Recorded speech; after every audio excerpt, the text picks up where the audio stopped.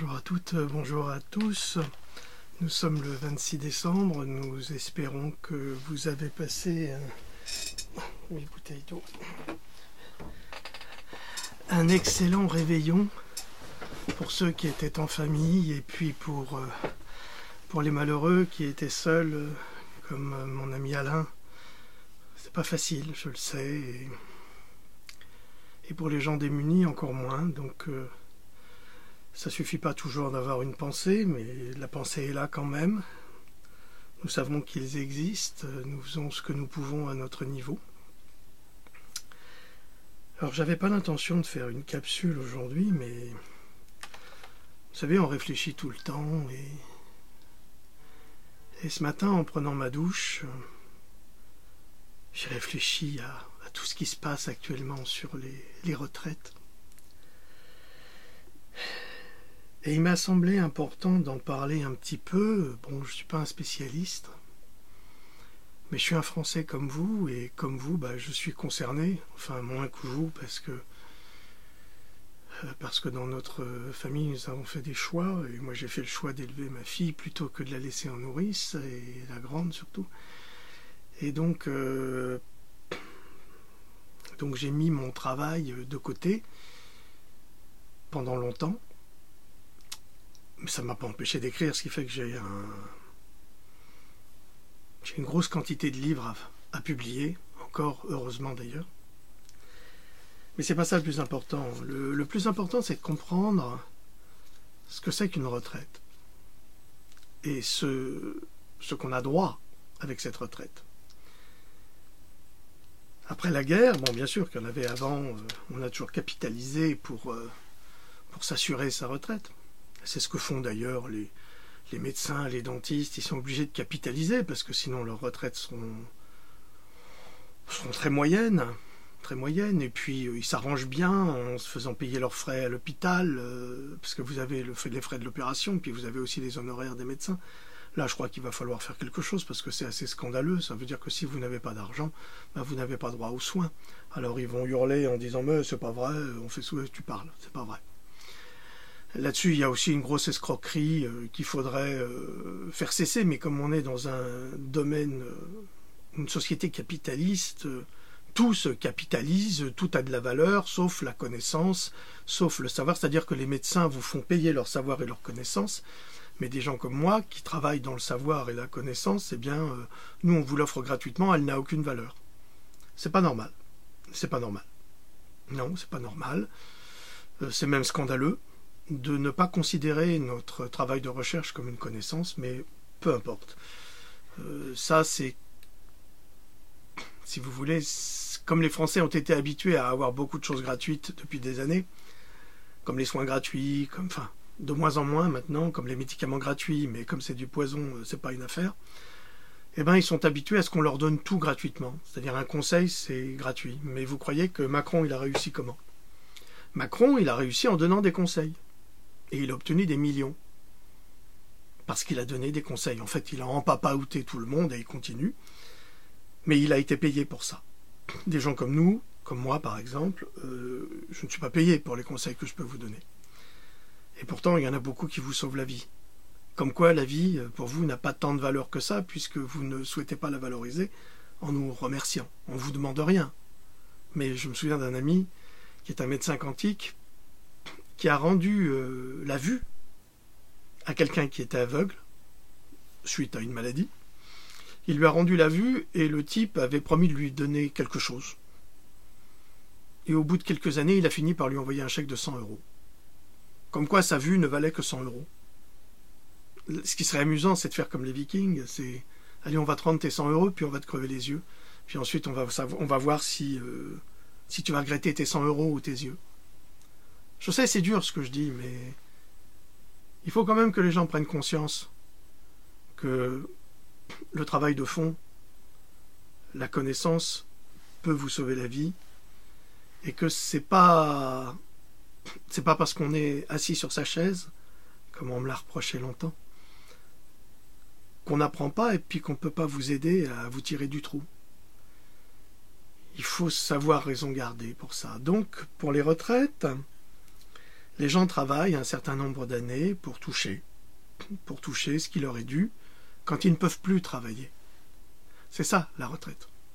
C'est permettre à des hommes et des femmes qui ont mené une vie très difficile, comme les ouvriers, je ne parle pas des fonctionnaires, je ne parle pas de la police, je ne parle pas de l'armée, je ne parle pas de ces gens-là, je parle des gens qui travaillent. Alors vous allez me dire, mais oui, la police, elle travaille, oui, contre le peuple. La police travaille contre le peuple.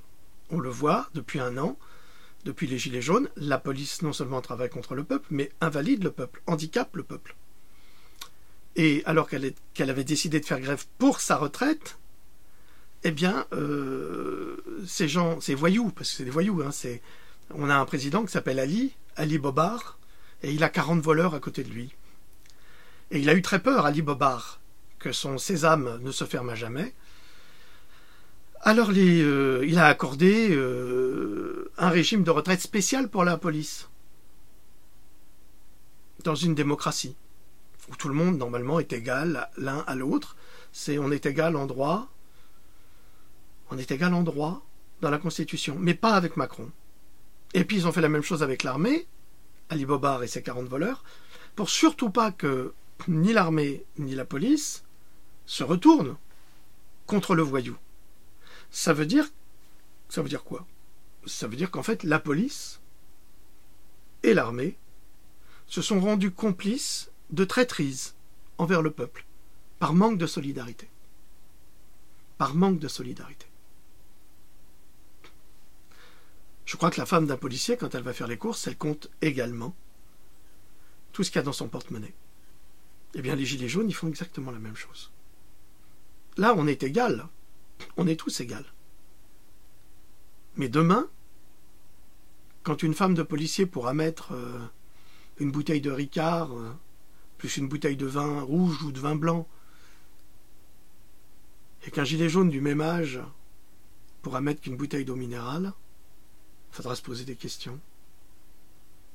Est-ce que c'est juste? Non, c'est pas juste. Je me souviens que ma grande me disait toujours « Ah, mais c'est pas juste ». Et j'ai dit « Ma fille, personne n'a dit que la vie était juste. » Or, elle l'est encore moins avec LREM.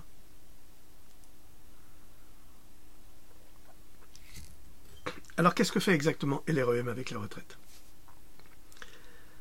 Eh bien, LREM est en train de piller cette réserve de milliards d'euros qui a été mise en place depuis la guerre, en fait, depuis la fin de la Deuxième Guerre mondiale, qui a été mise en place par nos grands-parents, nos parents et nous. Ça fait 3 générations que des gens cotisent dans l'espoir d'obtenir cette retraite. Or, LREM, qui ne décide pas ça lui-même, hein, Macron, il ne décide rien lui-même, il travaille pour des banquiers. N'oubliez pas qu'il est actionnaire de chez Rothschild et que qui possède la monnaie contrôle le pays. C'est exactement ce qui se passe. Donc, qu'est-ce que fait Macron? En pleine crise des Gilets jaunes depuis un an, où il a accordé ni baisse de carburant, ni baisse d'électricité, imposition forcée et illégale des Linky, qui est une loi européenne certes, mais on n'a pas le droit de le poser sans le consentement de la personne.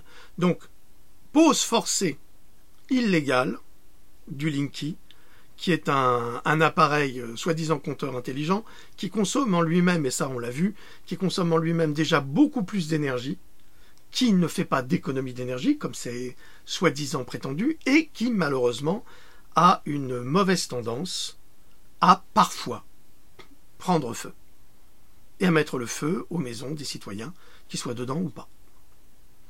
Donc c'est un grave problème qui est là, et je vous rappelle qu'EDF a quand même déclaré que l'interface entre le Linky et ce qu'il y a derrière le Linky, c'est-à-dire dans votre maison, ça ne les intéresse pas. Ça ne les regarde pas. Pendant des années, on nous a fait mettre aux normes l'électricité, pour être aux normes avec les compteurs. Aujourd'hui, ils mettent des nouveaux compteurs, mais toute l'électricité qui a été mise aux normes n'est plus compatible avec ces nouveaux compteurs. Mais ça, l'EDF s'en fiche. Et je vous signale aussi que dans votre police d'assurance, si vous aviez jadis une assurance électricité, choc électrique et autres, eh bien, les assureurs ont retiré cela depuis le Linky parce qu'ils savent très bien que les problèmes de surtension sont causés par le Linky. Sinon, pourquoi l'auraient-ils retiré? Autre information que vous devez savoir, ou que vous avez su jadis, parce que j'en ai parlé il y a 5 ou 6 ans, il n'y a pas de Linky à l'Élysée.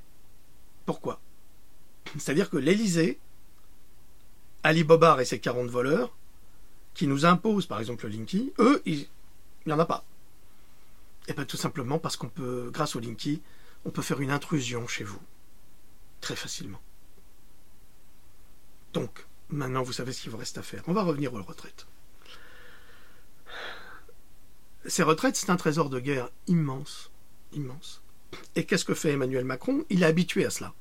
C'est pas la première fois qu'il le fait. Il avait détourné également l'argent du ministère de l'écologie pour ses intérêts propres. C'est un scandale. Ce type-là est un scandale. C'est un menteur, il a une langue de vipère. On ne peut pas lui faire confiance. À chaque fois qu'il dit quelque chose, vous pouvez vous dire qu'il y a une saloperie derrière. C'est un voyou. C'est un voyou, je suis désolé. Il n'y a pas de respect à avoir pour un homme qui trahit les Français, parce que là, il est en train de trahir les Français encore une fois.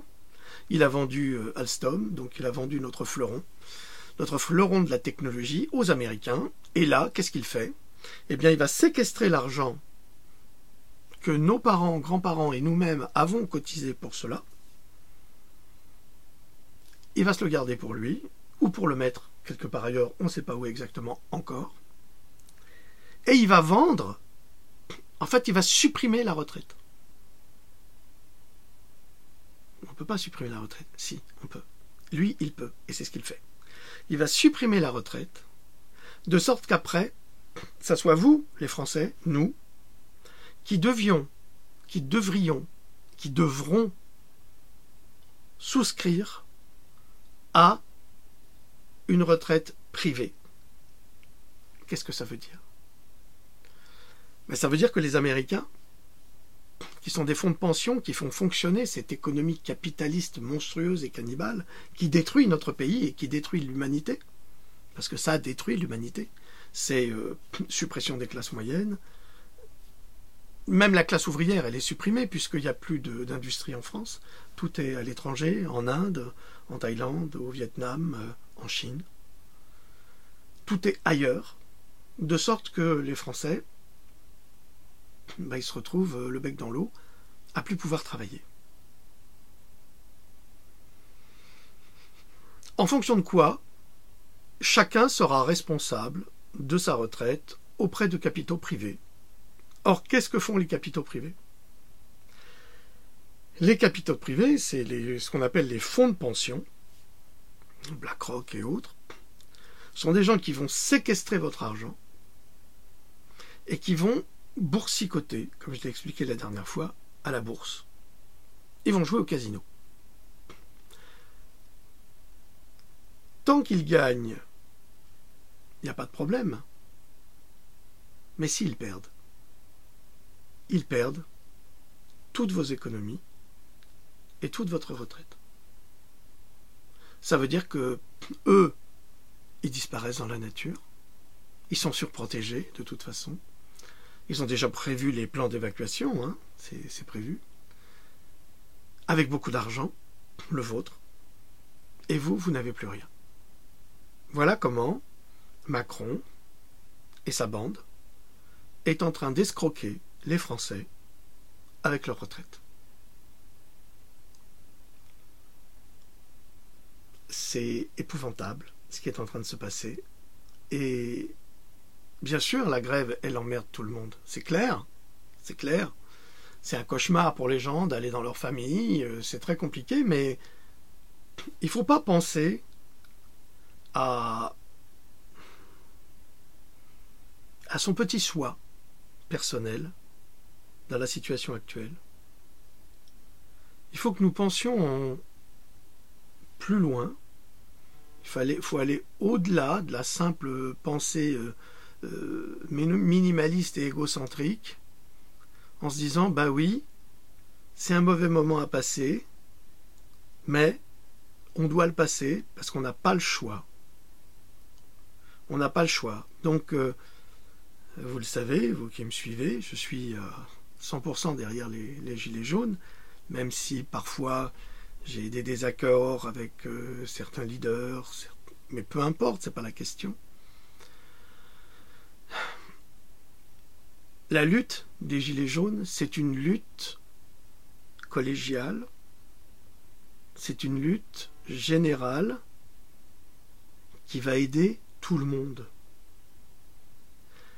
Si on lâche prise maintenant, et je ne veux pas parler des syndicats qui la plupart du temps sont corrompus et font le jeu des gouvernements, parce que si Macron a obtenu le calme avec la police et l'armée, elle l'obtiendra avec les syndicats inévitablement, il l'obtiendra avec les syndicats en lâchant un petit peu de lest. Mais je peux vous garantir qu'après, il reviendra sur sa parole, quand les esprits se seront calmés, et après les gens seront tellement fatigués qu'ils ne voudront pas repartir. Non, ils vont baisser les bras, et c'est ce qu'il attend. C'est exactement ce qu'il attend. Enfin, ce qu'ils attendent, parce que lui, c'est un pantin de foire, c'est guignol, hein, enfin, c'est plutôt niafron. C'est un guignol qui est un exécutant. D'où la gravité de la situation actuelle. Alors, se battre pour sa retraite, pour conserver les avantages qu'ont eu nos parents, oui. S'acharner, oui. Continuer à faire grève, oui. Ne rien laisser passer, non. Ne pas pactiser, oui. Ne pas pactiser. Nous ne pouvons pas pactiser avec ce gouvernement de menteurs. On n'a jamais eu une telle démonstration d'ordurerie de la part du gouvernement français. On n'a jamais eu une telle détestation de ce président ou d'un président français. Sarkozy n'était pas très aimé, mais il n'a pas été humilié ou insulté comme les Macron. Hollande, alors lui, Hollande, c'était une catastrophe humanitaire, mais il n'a pas été aussi humilié. Mais moi, j'ai vu des images où on voit une photo du président Macron en train de se faire empapaouter par un homme noir. Alors je dois dire que j'ai été choqué à cause de la fonction. J'ai été ébahi de voir cette image circuler. Quand on est capable de montrer ou de fabriquer un tel contenu, c'est montrer à quel point il y a une détestation de l'individu et de ses méthodes. C'est ça que ça veut dire. En revanche, je suis pas trop pour les chansonnettes, je suis pas trop pour les débats où les gens entretiennent, si vous voulez, la colère du peuple en disant des choses vraies ou fausses. Parce que ça calme la colère. Et le problème, c'est qu'il y a des gens qui agissent beaucoup dans la colère, pas dans la raison, mais parfois la colère est salutaire. Parfois elle peut aider. Et elle peut permettre justement de puiser une force pour mener un combat juste. Elle peut. Bien que la raison doit toujours être là pour soutenir cette colère et même la calmer. Alors, peut-être, moi je comprends parce que je vois les vidéos, je vois la colère des gens. Comment ne peut-on pas être en colère lorsque l'on entend Ali Bobar qui va en Afrique, qui fête un anniversaire somptueux, Ali Bobar qui arrive dans chaque ville de France et qui nettoie tout, il fait tout nettoyer et il ferme la ville. C'est-à-dire qu'on n'a pas accès. C'est pas comme au Tour de France où le Tour de France passe et puis vous êtes là avec les petits drapeaux ou à la Libération. Ah non, quand Ali Bobar arrive quelque part, il n'y a rien. C'est le désert. Vous n'avez pas le droit de garer votre voiture devant chez vous. Vous n'avez pas le droit d'ouvrir les fenêtres. Vous n'avez pas le droit de vous mettre à votre balcon. Vous avez le droit de rien. Il ne faut surtout pas qu'on vous voie. Ça vous rappelle ce président lâche qui disait « Ah, vous voulez me chercher? Venez me chercher. » Ouais. Mais on ne peut pas venir te chercher parce que tu nous empêches de venir te chercher. Ça montre ton courage. Voilà le président qu'on a. C'est épouvantable pour une nation d'avoir un président aussi peu courageux, aussi peu vertueux et aussi voyou. C'est un scandale. C'est un scandale. Alors, je vous assure, je souhaite la mort de personne. De personne. Même pas de lui. Même pas de lui. Ça ne sert à rien. C'est pas cela qu'il faut faire. Il faut changer de paradigme. Il faut mettre ces gens en prison parce que c'est tout ce qu'ils méritent. Pour tous les actes honteux qu'ils font pour notre pays, il faut les mettre en prison. Oui, tous, tous. J'entendais encore un ancien député de droite, là, en parlant des retraites, qui humiliait une femme qui parlait des retraites, et puis il faisait le malin. Le type, il a 70 ans, il risque plus rien, il a pioché dans la caisse toute sa vie, il a vécu au détriment des Français, il a été payé grassement par les Français toute sa vie, il n'a rien foutu, il n'a jamais travaillé. Hollande n'a jamais travaillé de sa vie, il a fait qu'une carrière politique. Tous ces gens-là n'ont jamais travaillé. Il faut que ça cesse. Il faut qu'on crée des gouvernements dans lesquels on a des gens comme Gérard Filoche, dont j'ai parlé la semaine dernière, et il m'excusera, j'ai oublié son nom parce que tellement de choses dans la tête. Il faut mettre des gens qui sont comme lui, qui sont raisonnables, qui savent ce que c'est que le travail, la pénibilité. Il faut que nous remettions en place une politique de la logique et non pas une politique du bâton, parce que c'est tout ce que nous avons. Nous devons subir le bâton et les lacrymos et les bombes. Mais il y a 20 ans, jamais on n'aurait imaginé que la France devienne ce pays totalitaire qu'elle est devenue. Ils vont encore nous la rejouer avec Marine Le Pen, mais c'est la même chose. Marine Le Pen, Emmanuel Macron, c'est les mêmes, c'est bonnet blanc et blanc bonnet. Vivement les bonnets rouges. Vivement les bonnets rouges. Et les gilets jaunes. Il faut dire que le pouvoir a très peur des couleurs. On vous attrape avec un gilet jaune, attention, alors que c'est obligatoire. Dans la voiture, c'est obligatoire. Eh bien, vous êtes verbalisé de 150 €. C'est quoi ce gouvernement? C'est quoi cette justice? C'est quoi cette police? Il y a 2 jours, 3 gendarmes en armes, hein, grands, costauds, sont venus voir une dame de 60 ans à peu près. Elle avait franchi la ligne blanche. À 3, ils l'ont verbalisée. Au lieu de s'occuper de véritables problèmes, parce que bon, c'était pas un cas dramatique. On pouvait la remettre à l'ordre, puis lui faire la leçon. Est-ce qu'on était obligé de la verbaliser à 3 mecs armés? Je crois pas. Alors qu'on a besoin des gendarmes ailleurs? Non. On a besoin des gendarmes dans les trafics de pédophilie? Non. Plus que pour des franchissements de ligne blanche, vous croyez pas? Mais ils sont pas là. Ils sont pas là où on les attend. Ça devient scandaleux. Nous vivons dans une véritable dictature et mon père qui a dû quitter le communisme stalinien, et il se retournerait dans son urne, mon pauvre papa. Pourquoi? Bien tout simplement parce que c'est ce que nous vivons aujourd'hui. Alors les retraites sont vendues à des fonds de pension qui ne souhaitent qu'une chose: s'enrichir sur votre argent, jouer au casino avec votre argent et le perdre à vos dépens, et ce sera tant pis pour vous. Voilà ce qui va se passer. Alors qu'est-ce qu'on devrait faire? Eh bien, il faut créer soi-même sa banque. La banque des citoyens. La banque des citoyens honnêtes. Avec des gens irréprochables. Mais je dis bien irréprochables. Qui signent des conventions. Et qui paieront très cher s'ils trahissent. Parce que les banquiers, ils ne payent rien. Hein. Là, on dit que s'il y a une crise économique, vous croyez que vous avez une garantie de 100 000 €? Non. Je crois qu'il y a quelques milliards d'euros de réserves, mais sur 65 millions de Français, c'est impossible, 100 000 €. Vous rigolez? Ça n'arrivera pas. C'est pour dire, c'est pour ça qu'ils sont pressés de passer à l'argent numérique, parce que tout ce qu'ils perdent aujourd'hui, ça pourra être dissimulé à travers l'argent numérique.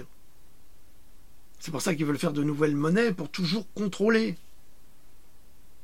Et n'oubliez pas que le contrôle numérique, c'est ce qu'il y a de plus simple. On appuie sur une touche, toutes vos réserves disparaissent.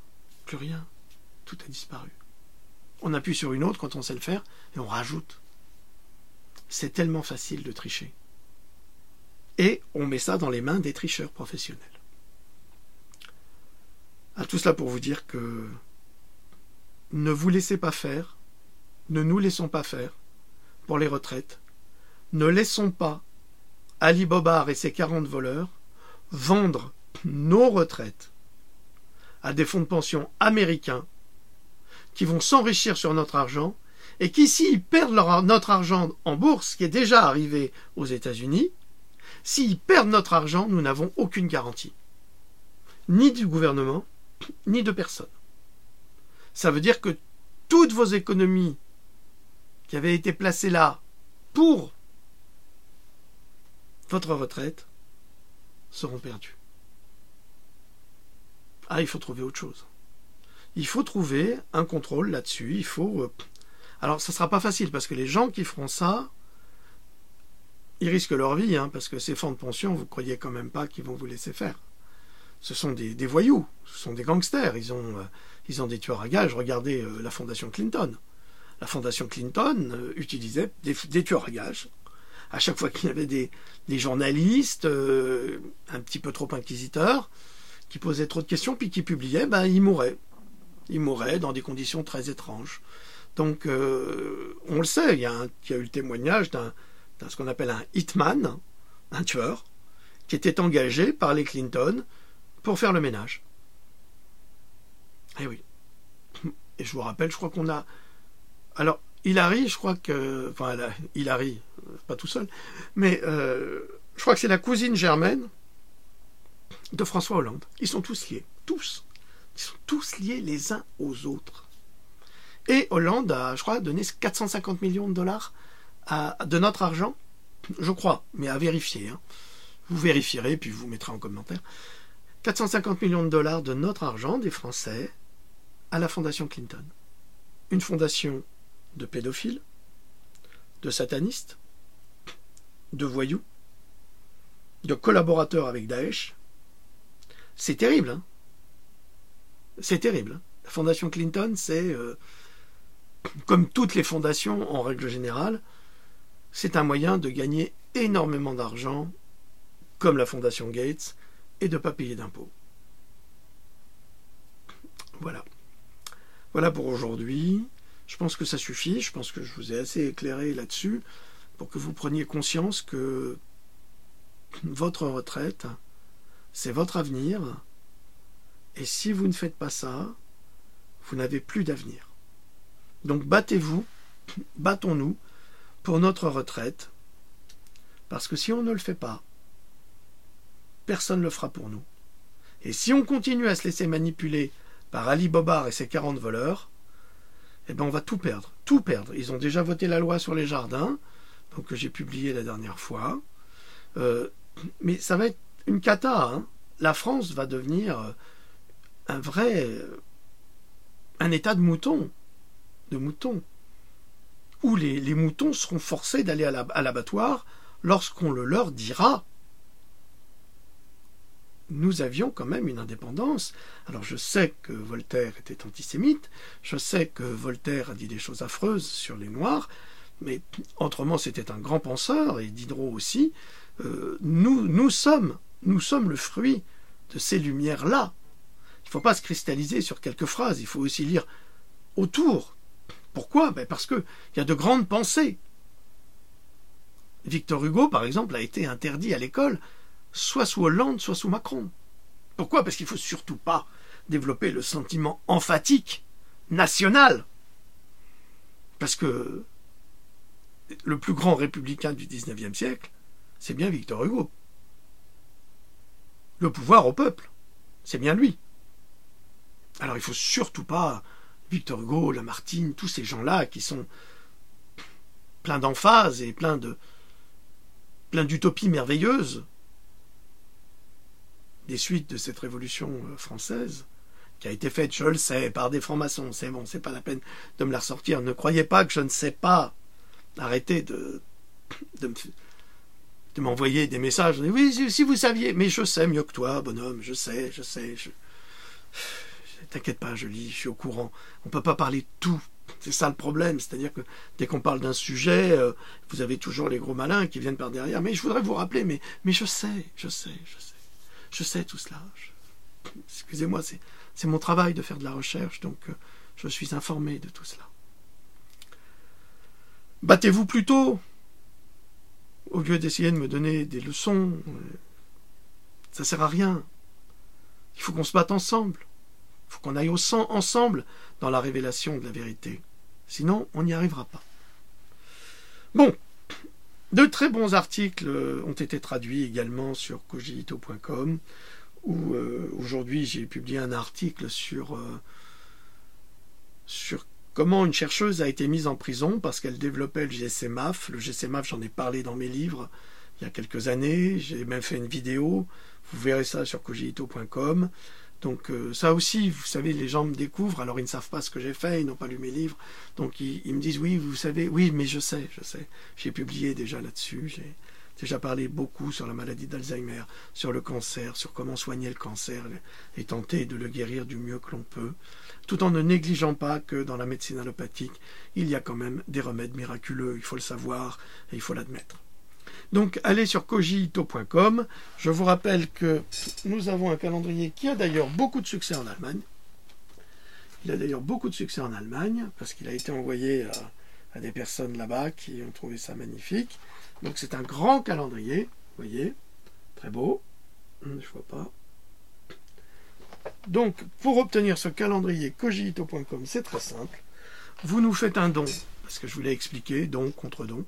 Vous nous faites un don de 25 € sur la cagnotte PayPal, dont je vous laisserai le lien en dessous.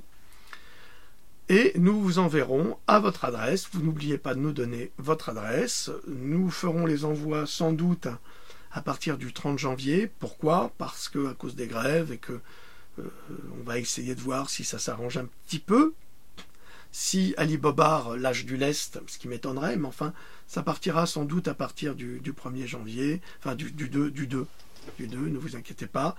Il en reste encore quelques-uns, c'est bien parti, il y a beaucoup de gens qui les ont réservés. Donc, si vous voulez le vôtre, n'hésitez pas à cotiser, enfin, participer à notre cagnotte cogito.com pour nous aider à continuer à fonctionner et à vous apporter des traductions d'articles scientifiques pour vous aider à vous soigner et à comprendre le piège dans lequel les laboratoires nous projettent. Vous verrez également un article que j'ai traduit il y a 1 heure à peu près sur une épidémie de coqueluche aux États-Unis dans une école. Ils ont dû fermer l'école, mais toute l'école avait été vaccinée et malgré tout, ils ont développé la coqueluche. Bon. Mais après, c'est à vous de conclure si le vaccin est efficace ou si c'est le vaccin qui produit lui-même la coqueluche. Vous verrez ça également dans mon livre en Pandora 6 sur Sherlock ou le mystère de Rougeole, l'histoire d'un culte, où je vous explique que tout sur la rougeole, c'est d'actualité, tout sur la polio, sur le vaccin contre la polio, sur le Gardasil, ce qui s'est passé au Japon. Le Gardasil a été interdit au Japon. Pourquoi? À cause de nombreux accidents. Donc, vous avez un livre complet avec plein de preuves qui sont très importantes. C'est celui-là. N'hésitez pas à vous le procurer. Peut-être que je reparlerai la prochaine fois de mon livre sur la maladie de Lyme, Lyme, la maladie du siècle. N'hésitez pas non plus, c'est une maladie extrêmement grave qui touche entre 300 000 et 500 000 personnes aux États-Unis par an. Et en France, malheureusement, les statistiques, c'est comme le nuage de Tchernobyl, les statistiques, elles s'arrêtent à la frontière française, c'est-à-dire qu'en Allemagne, il y en a beaucoup qui sont atteints, en Suisse également, partout en Europe. Mais en France, il y a un grand silence. Pourquoi? Eh bien parce que Madame Buzyn refuse de passer cette maladie en maladie chronique. Vous imaginez bien que si cette maladie de Lyme Passer en maladie chronique, ça voudrait dire indemniser les patients. Et comme il y en a des milliers, eh bien on ne veut pas perdre d'argent. C'est pour vous montrer à quel point le ministère de la Santé est complice avec les laboratoires pharmaceutiques, à l'industrie pharmaceutique, qui, de toute façon, travaillent ensemble et ont l'objectif de vous rendre malade le plus possible. Et on rend malade très facilement avec les vaccins qui provoquent une quantité de maladies auto-immunes. Mais ça, j'en parle dans tous mes livres. Donc je vous le remontre. Hein.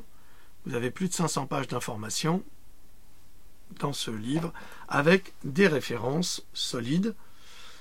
En anglais, bien sûr, parce que si on devait s'attarder aux informations françaises, eh bien, on n'aurait pas beaucoup d'informations du tout. Voilà, je vous souhaite de passer une très très bonne semaine. Je vous dis peut-être avant le réveillon, je ferai une nouvelle chronique d'informations. Nous verrons si nous avons le temps avec Louloute. Louloute malheureusement n'est pas présente parce qu'elle est avec son frère qui est très souffrant. Donc elle vous salue et elle a été très touchée par tous vos messages que vous avez laissés, tous vos vœux, tous vos merveilleux vœux que vous nous avez souhaités, et je vous en remercie du fond du cœur, vraiment. Alors je vous dis à plus tard. Salut.